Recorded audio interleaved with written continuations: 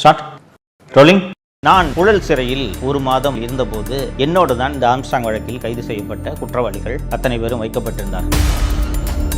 இது ஒரு அரசியல் கொலை. இந்த கொலையில் தமிழக காங்கிரஸ் கமிட்டியின் தலைவர் திரு செல்வப்பெருந்தகை சம்பந்தப்பட்டிருக்கிறார். திமுக அமைச்சர் திரு சேகர்பாபு சம்பந்தப்பட்டிருக்கிறார். ஃபர்ஸ்ட் இந்த வழக்கில் முக்கியமாக நம்ம கவனிக்க வேண்டியது, திரு ஆம்ஸ்ட்ராங் அவர்கள் கத்தியாலும் அருவாளாலும் வெட்டப்பட்டார். இதில் துப்பாக்கியை இன்வால்வ்டு. இந்த வழக்கில் மிக மிக முக்கியமான ஒரு நபராக இருக்கக்கூடியவர் தான் இந்த சிசிங் ராஜா.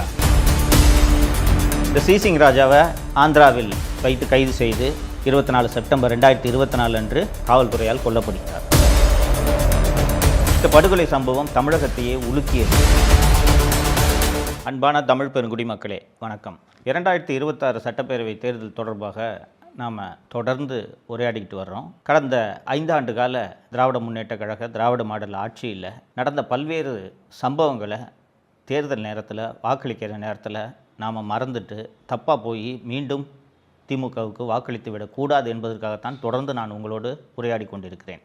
அப்படி நாம் நினைவில் கொண்டு வந்து மனதில் வைத்து கொண்டு யோசிக்க வேண்டிய ஒரு முக்கியமான சம்பவம் எது என்றால், பகுஜன் சமாஜ் கட்சியின் தமிழக தலைவராக இருந்த திரு ஆம்ஸ்ட்ராங் அவர்களோட படுகொலை. பலருக்கு தெரிஞ்சிருக்கும், சென்னையை தாண்டியும் தமிழகம் முழுக்கவே திரு ஆம்ஸ்ட்ராங் அவர்கள் பிரபலமானவர். குறிப்பாக தலித் மக்கள் மத்தியில் மிகுந்த செல்வாக்கான ஒரு தலைவராக அவர் இருந்தார். அவரால் உதவி பெற்று வழக்கறிஞரான ஏராளமான தலித் இளைஞர்கள், தலித் மக்கள் இன்றும் சென்னையின் பல்வேறு நீதிமன்றங்களில் வழக்கறிஞர்களாக பணியாற்றி கொண்டிருக்கிறார்கள். ஒரு ட்ரஸ்ட் ஒன்று அமைச்சு நடத்திக்கிட்டு இருந்தார். பௌத்த மதத்தை தழுவியவர், பௌத்தத்தை பின்பற்றக்கூடியவர். இப்படிப்பட்ட ஆம்ஸ்ட்ராங் அவர்கள் 5 ஜூலை 2024 அன்று அவரோட வீட்டுக்கு பக்கத்திலேயே ரவுடிகளால் படுகொலை செய்யப்பட்டார். இந்த படுகொலை சம்பவம் தமிழகத்தையே உலுக்கியது. இந்த படுகொலை, இது தொடர்பான விவகாரங்களுக்குள்ளெல்லாம், இதோட பின்னணி, இதுக்குள்ளெல்லாம் போகிறதுக்கு முன்னாடி தமிழக அரசு அதை எப்படி கையாண்டதுன்றதை பார்க்கணும். சமூக நீதி அரசு என்று இந்த திமுக அரசு சொல்லிக் கொள்கிறது. அந்த ஆம்ஸ்ட்ராங் குடும்பத்தினர், ஆம்ஸ்ட்ராங்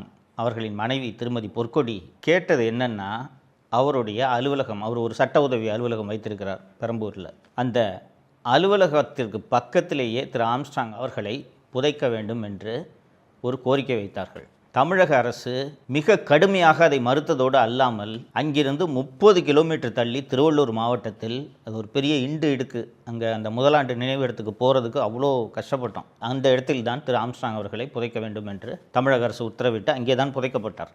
இந்த ஆம்ஸ்ட்ராங் அவர்களோட படுகொலை என்ன பின்னணி, யார் இதை செய்திருப்பார்கள் என்று பல்வேறு சந்தேகங்கள் எழுப்பப்பட்டன. பகுஜன் சமாஜ் கட்சியின் தேசிய தலைவராக இருக்கக்கூடிய செல்வி மாயாவதி அவர்களே தமிழகம் வந்து ஆம்ஸ்ட்ராங் அவர்களின் நினைவேந்தலில் கலந்து கொண்டு இந்த வழக்கை சிபிஐ விசாரணைக்கு உத்தரவிட வேண்டும் என்று ஒரு கோரிக்கையை தமிழக முதல்வரிடம் வைத்துவிட்டு போனார். அது மட்டுமல்லாமல் இயக்குனர் ப. ரஞ்சித் உள்ளிட்ட பல்வேறு நபர்கள், பொதுமக்களும் இந்த கொலையை சிபிஐ விசாரணைக்கு உத்தரவிட வேண்டும், சிபிஐயிடம் ஒப்படைக்க வேண்டும் என்று கோரிக்கை வைத்தனர். தமிழக அரசுக்கோ தமிழக காவல்துறை அதிகாரிகளுக்கோ இந்த வழக்கில் உண்மையை கண்டுபிடிக்க வேண்டும் என்ற எண்ணம் இருந்திருந்தால் பேசாமல் சிபிஐட்டே இதை ஒப்படைச்சிட்டு போயிருந்திருக்கலாம். ஏன்னா பிரச்சனை இல்லை, யார் உண்மையான குற்றவாளிகளோ அவர்களை சிபிஐ கண்டுபிடிக்க போகிறார்கள். ஆனால் நடந்தது, அதற்கு பிறகு நடந்த பல்வேறு சம்பவங்களை நீங்கள் தொடர்ச்சியாக பார்த்தால், இந்த வழக்கில் இருக்கக்கூடிய உண்மை குற்றவாளிகளை தப்பிக்க வைக்க வேண்டும் என்பதற்காகவே இந்த வழக்கின் புலன் விசாரணை நடைபெற்று வருகிறது என்று பல்வேறு சம்பவங்கள் நமக்கு உணர்த்துகின்றன. இந்த படுகொலை சம்பவம் நடந்த உடனே ஒரு சில மணி நேரங்களிலேயே கொஞ்சம் பேர், ஒரு 4-5 பேர் போய் அண்ணா நகர் காவல் நிலையத்தில் சரணடைந்தார்கள். ஒரு வழக்கறிஞர் போய் அவங்கள சரணடை வைக்கிறாரு. அந்த வழக்கறிஞரையும் இந்த வழக்கில் குற்றவாளியாக சேர்க்குறாங்க. ஒரு 6-7 பேரை காவல்துறை உடனடியாக கைது செய்து விசாரணை தொடங்கி நடந்து கொண்டிருக்கிறது. 5 ஜூலை 2024 அன்று திரு ஆம்ஸ்ட்ராங் அவர்கள் படுகொலை செய்யப்படுகிறார். 14 ஜூலை 2024 அன்று இந்த வழக்கில் முக்கிய குற்றவாளியாக சேர்க்கப்பட்டிருந்த திருவேங்கடம் என்ற குற்றவாளி, அந்த திருவேங்கடத்தை காவல்துறை மேஜிஸ்ட்ரேட் முன்னாடி வாக்குமூலம் கொடுத்து, இவரை நாங்கள் கஸ்டடி எடுத்து விசாரிக்கணும் என்று போலீஸ் கஸ்டடியில் எடுக்கிறாங்க. இது போன்ற கொலை வழக்குகளில் கஸ்டடியில் எடுக்கக்கூடியவர்களை எப்படிப்பட்ட பாதுகாப்போடு அழைத்து செல்வார்கள் என்பது எல்லாருக்குமே நன்றாக தெரியும். பலத்த ஆயுதங்களோடு, AK-47 செல்ஃப் லோடிங் ரைஃபிள் உள்ளிட்ட பலத்த ஆயுதங்களோடு குறைந்தது ஒரு 20 காவலர்கள் இல்லாமல் கஸ்டடிக்கு எடுத்துகிட்டே போக மாட்டாங்க. புழல் சிறை வாசலுக்கு போய் நீங்கள் பார்த்தீங்கனாலே தெரியும் எவ்வளோ கடுமையான ஆயுதங்களோடு காவல்துறையினர் குற்றவாளிகளை எடுத்து செல்வார்கள் என்று. நான் ஒரு யூடியூப் வழக்கில் கைதானதுக்கே எனக்கு 15 போலீஸார், ஆயுதம் தாங்கிய போலீஸார் தான் என்ன காவலுக்கு எடுத்தாங்க. அப்படி இருக்கும்போது இந்த ஆம்ஸ்ட்ராங் போன்ற முக்கியமான வழக்கில் குற்றவாளியாக இருக்கக்கூடியவரை கஸ்டடியில் எடுக்கும்போது எவ்வளவு பாதுகாப்பு வைத்திருக்க வேண்டும்? அதிகாலை 4 மணிக்கு திருவேங்கடத்தை கஸ்டடி எடுத்து அவர் ஒரு இடத்துல நான் துப்பாக்கியை ஒளிச்சு வச்சுருக்கேன் என்று சொன்னாராம். அந்த துப்பாக்கியை எடுக்கிறதுக்காக காவல்துறையினர் போனாங்களாம். அவர் போய் அந்த மறைத்து வைத்திருந்த துப்பாக்கி எடுத்து இவங்களை பார்த்து சுட்டாராம். ஃபஸ்ட்டு இந்த வழக்கில் முக்கியமாக நம்ம கவனிக்க வேண்டியது, திரு ஆம்ஸ்ட்ராங் அவர்கள் கத்தியாலும் அருவாளாலும் வெட்டப்பட்டார். இதில் துப்பாக்கியை இன்வால்வ்டு இல்லை. ஸோ அந்த திருவேங்கடம் வந்து துப்பாக்கி வச்சுருக்கேன் சார்னு சொன்னாலும் அப்புறமா வேறு யாரையாவது ஆள் அனுப்பிச்சு போய் துப்பாக்கி எடுத்துருக்கலாம். இல்லை திருவேங்கடத்தையே எடுத்து எதற்கு கொண்டு போய் விடியற் காலை 4 மணிக்கு யாருமே இல்லாத புழல் பகுதியில் கொண்டு போய் அவரை அந்த துப்பாக்கி எடுத்து கொடுக்க சொன்னாங்களாம். அவர் துப்பாக்கியை எடுத்து காவல்துறை அதிகாரிகளை பார்த்து சுட்டாராம். பதிலுக்கு இவங்க திருப்பி சுட்டதில் திருவேங்கடம் இறந்து விட்டார் என்ற ஒரு கதையை சொன்னார்கள். இது ஃபஸ்ட்டு முக்கியமான குற்றவாளி திருவேங்கடம் இதில் கொல்லப்படுகிறார் என்கவுண்டரால். 24 செப்டம்பர் 2024 அன்று இன்னொரு என்கவுண்டர் நடக்கிறது. இந்த இன்னொரு என்கவுண்டரு இந்த வழக்குக்கும் இதற்கும் சம்மதம் இல்லை என்று தான் வெளிப்பார்வைக்கு தோன்றும். அந்த 24 செப்டம்பர் 2024 அன்று என்கவுண்டர் செய்யப்பட்ட நபருடைய பெயர், அவர் ஹிஸ்ட்ரி ஷீட்டரு, ரவுடி. அவரோட பேர் வந்து சி சிங் ராஜா.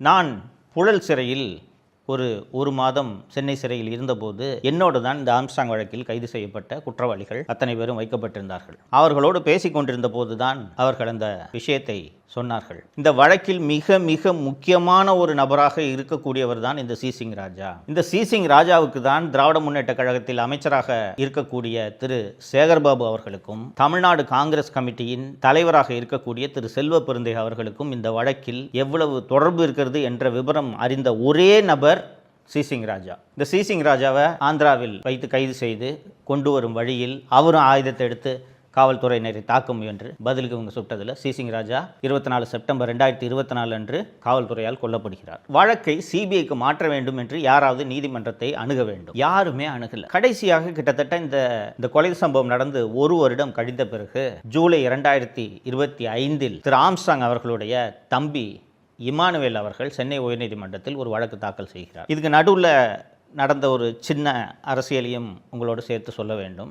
திரு ஆம்ஸ்ட்ராங் அவர்கள் இறந்த பிறகு தமிழ்நாடு பகுஜன் சமாஜ் கட்சிக்கு யாரை தலைவராக போடுவது என்று விவாதங்கள் எல்லாம் நடக்கும்போது கட்சியின் தேசிய தலைமை ஆம்ஸ்ட்ராங் அவர்களோட மனைவி திருமதி பொற்கொடியவே நீங்களே இந்த பதவிக்கு வாங்க, மாநில தலைமை பதவியை ஏற்றுக்குங்க, நீங்கள் இருந்தீங்கன்னா கட்சி நன்றாக நடக்கும் என்று சொன்னபோது எனக்கு சிறிய வயதில் குழந்தை இருக்கிறது, நான் அதை பார்த்துக்கணும், என்னால் இந்த வேலையை செய்ய முடியாது என்று அவர் சொன்னபோது அந்த கட்சியிலேயே இருந்த ஆனந்தன் என்ற வழக்கறிஞர் நான் இந்த தலைமை பொறுப்பை ஏற்றுக்கிறேன் அப்படின்ட்டு திருமதி பொற்கொடி அவர்கள்கிட்ட சொல்கிறாரு. எனக்கு இந்த தலைமை பதவியை கொடுங்க அப்படின்ட்டு பொற்கொடி அவர்கள்கிட்ட ஆனந்தன் மீண்டும் மீண்டும் ஏன் வலியுறுத்துகிறார் என்றால், நான் அண்ணன் வழக்கை சிபிஐக்கு மாற்றுறதுக்கான வழக்கு தொடரும் வேலைகளை நான் பார்க்கிறேன் என்ற வாக்குறுதியின் அடிப்படையில் தான் அவருக்கு தலைமை பதவி கொடுக்கப்படுகிறது. ஆனால் இந்த ஆனந்தன் கடைசி வரைக்கும் வழக்கு பதிவு செய்யவே இல்லை. ஜூலை 2025 தான் ஆனந்தன் முதல் முறையாக சென்னை உயர்நீதிமன்றத்தில் வழக்கு பதிவு செய்கிறார். வழக்கு ஒரு நீதிமன்றத்தில் வழக்கை சிபிஐக்கு மாற்ற வேண்டும் என்றால் எவ்வளவு தயாரிப்பு வேலைகளை செய்ய வேண்டும் என்பது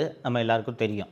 ஆனால் இந்த வழக்கில் உரிய முறையில் தயாரிப்பு வேலைகள்லாம் எதுவுமே செய்யாமல் அவசர கோலத்தில் ChatGPTயில் ரெடி பண்ணி ஒரு பெட்டிஷனை தப்பும் தவறுமாக ஒரு மனு சென்னை உயர்நீதிமன்றத்தில் தாக்கல் செய்யப்படுகிறது. சென்னை உயர்நீதிமன்றம் அந்த வழக்கை விசாரித்து விட்டு இந்த மனுவில் இருக்கக்கூடிய குறைபாடுகள் எல்லாம் பார்த்துட்டு, நீங்கள் இந்த வழக்கு தொடர்பான கோப்புகளை கொண்டு வாருங்கள், இதற்குள் இந்த வழக்கில் குற்றப்பத்திரிகையை அவசரமாக சென்னை காவல்துறை தாக்கல் செய்து விடுகிறது. இவர்கள் தான் குற்றவாளிகள், வேறு ஒரு கொலைக்கு பழிவாங்கிறதுக்கு தான் ஆம்ஸ்ட்ராங் இந்த கொலை நடந்திருக்கிறதுன்ட்டு அவசரமாக இவர்கள் நினைத்தவர்களை குற்றவாளிகளாக்கி அவர்கள் அத்தனை பேர் மீதும் குண்டர் சட்டத்தை பாய்ச்சி சிறையில் அடைத்து விடுகின்றனர். இது முடிஞ்ச பிறகு சென்னை உயர்நீதிமன்றம் காவல்துறைகிட்டேருந்து இந்த வழக்கு கோப்புகளை எல்லாம் கொண்டு வாங்கன்ட்டு வாங்கி ஒன்று ஆராயும் போது அடிப்படையான விசாரணையை கூட இவர்கள் சரியாக செய்யவில்லை என்பதை சென்னை உயர்நீதிமன்றம் புரிந்து கொள்கிறது. சென்னை உயர்நீதிமன்றம் சென்னை மாநகர காவல்துறையின் அனைத்து கோப்புகளையும் ஆராய்ந்து பார்த்துவிட்டு 24 செப்டம்பர் 2025 அன்று சென்னை உயர்நீதிமன்றம் இந்த வழக்கை சிபிஐக்கு மாற்றி உத்தரவிடுகிறது. இப்போ ஒரு உயர்நீதிமன்றம் ஒரு வழக்கை சிபிஐக்கு மாற்றி உத்தரவிட்டால் காவல்துறை செய்ய வேண்டியது என்ன? கோப்புகளை சிபிஐயிடம் ஒப்படைக்க வேண்டும். அந்த மாற்றும் போது சென்னை உயர்நீதிமன்றம் கூடுதலாக ஒரு உத்தரவை பிறப்பித்தது. அது என்னவென்றால், ஏற்கனவே காவல்துறை விசாரணை முடித்து குற்றப்பத்திரிகை தாக்கல் செய்திருந்தார்கள் என்று சொன்னேன் அல்லவா, அந்த குற்றப்பத்திரிகையை ரத்தும் செய்து சென்னை உயர்நீதிமன்றம் உத்தரவிட்டது. ஸோ உடனடியாக காவல்துறை என்ன பண்ணணும்னா, அந்த வழக்கு கோப்புகளை சிபிஐட்ட ஹேண்ட் ஓவர் பண்ணி அவர்கள் தங்களது விசாரணையை தொடர்வதற்கு உதவி செய்ய வேண்டும். இதுதான் ஹைகோர்ட் உத்தரவு போட்டுச்சுன்னா உடனே அதை செய்கிறது தான் ஒரு காவல்துறையோட கடமை, அரசு துறையோட கடமை. மாறாக ஒரு கோப்பை கூட சென்னை காவல்துறை சிபிஐயிடம் ஒப்படைக்கவில்லை.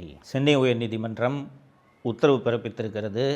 இது தொடர்பான வழக்கு கோப்புகளை நீங்கள் எங்களுக்கு கொடுக்க வேண்டும் என்று சிபிஐயும் சென்னை மாநகர காவல்துறைக்கு கடிதமும் எழுதிவிட்டது. அதற்கு பிறகும் இவர்கள் கோப்புகளை ஒப்படைக்கவில்லை. இந்த நிலையில் நவம்பர் 2025 தமிழக அரசு பல லட்சம் ரூபாய் செலவு செய்து மூத்த வழக்கறிஞர்களை நியமித்து உச்சநீதிமன்றத்தில் இந்த வழக்கு சிபிஐக்கு செல்வதற்கு உயர்நீதிமன்றம் போட்ட உத்தரவை தடையாணை பெற்றுள்ளனர். இதில் நாம் யோசிக்க வேண்டியது என்னன்னா, பகுஜன் சமாஜ் கட்சியை சேர்ந்தவர்களும் சொல்கிறார்கள், பல்வேறு பொதுமக்களும் சொல்கிறார்கள், திரு ஆம்ஸ்ட்ராங் அவர்களின் மனைவி திருமதி பொற்கொடி அவர்களே சொல்கிறார், இது ஒரு அரசியல் கொலை. இந்த கொலையில் தமிழக காங்கிரஸ் கமிட்டியின் தலைவர் திரு செல்வப்பெருந்தகை சம்பந்தப்பட்டிருக்கிறார், திமுக அமைச்சர் திரு சேகர்பாபு சம்பந்தப்பட்டிருக்கிறார். இவை அனைத்தையும் விசாரிக்க வேண்டும் என்றால் சிபிஐ தான் இந்த விசாரணையை நடத்த வேண்டும் என்று இவ்வளவு பேர் கோரிக்கை வைத்த பிறகும் சிபிஐ விசாரணைக்கு இதை அனுப்பவே மாட்டேன் என்று தமிழக அரசு பிடிவாதம் பிடிப்பதன் மர்மம் என்ன? இந்த மர்மம் இப்போதைக்கு விலகாது. ஏன்னா தமிழக அரசு தப்பித்தவறி கூட இந்த வழக்கில் நியாயமான விசாரணை நடைபெற விடாது.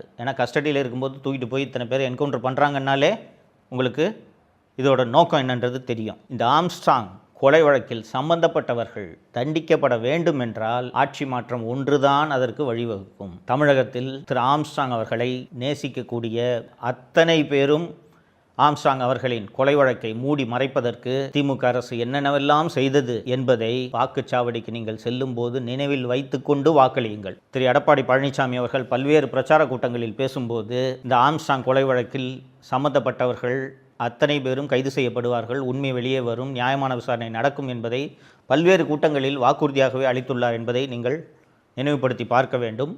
ஸோ இந்த வழக்கில் உண்மை வெளியே வர வேண்டும் என்றால் என்ன செய்ய வேண்டும் என்பதை நினைவில் வைத்துக் கொள்ளுங்கள்.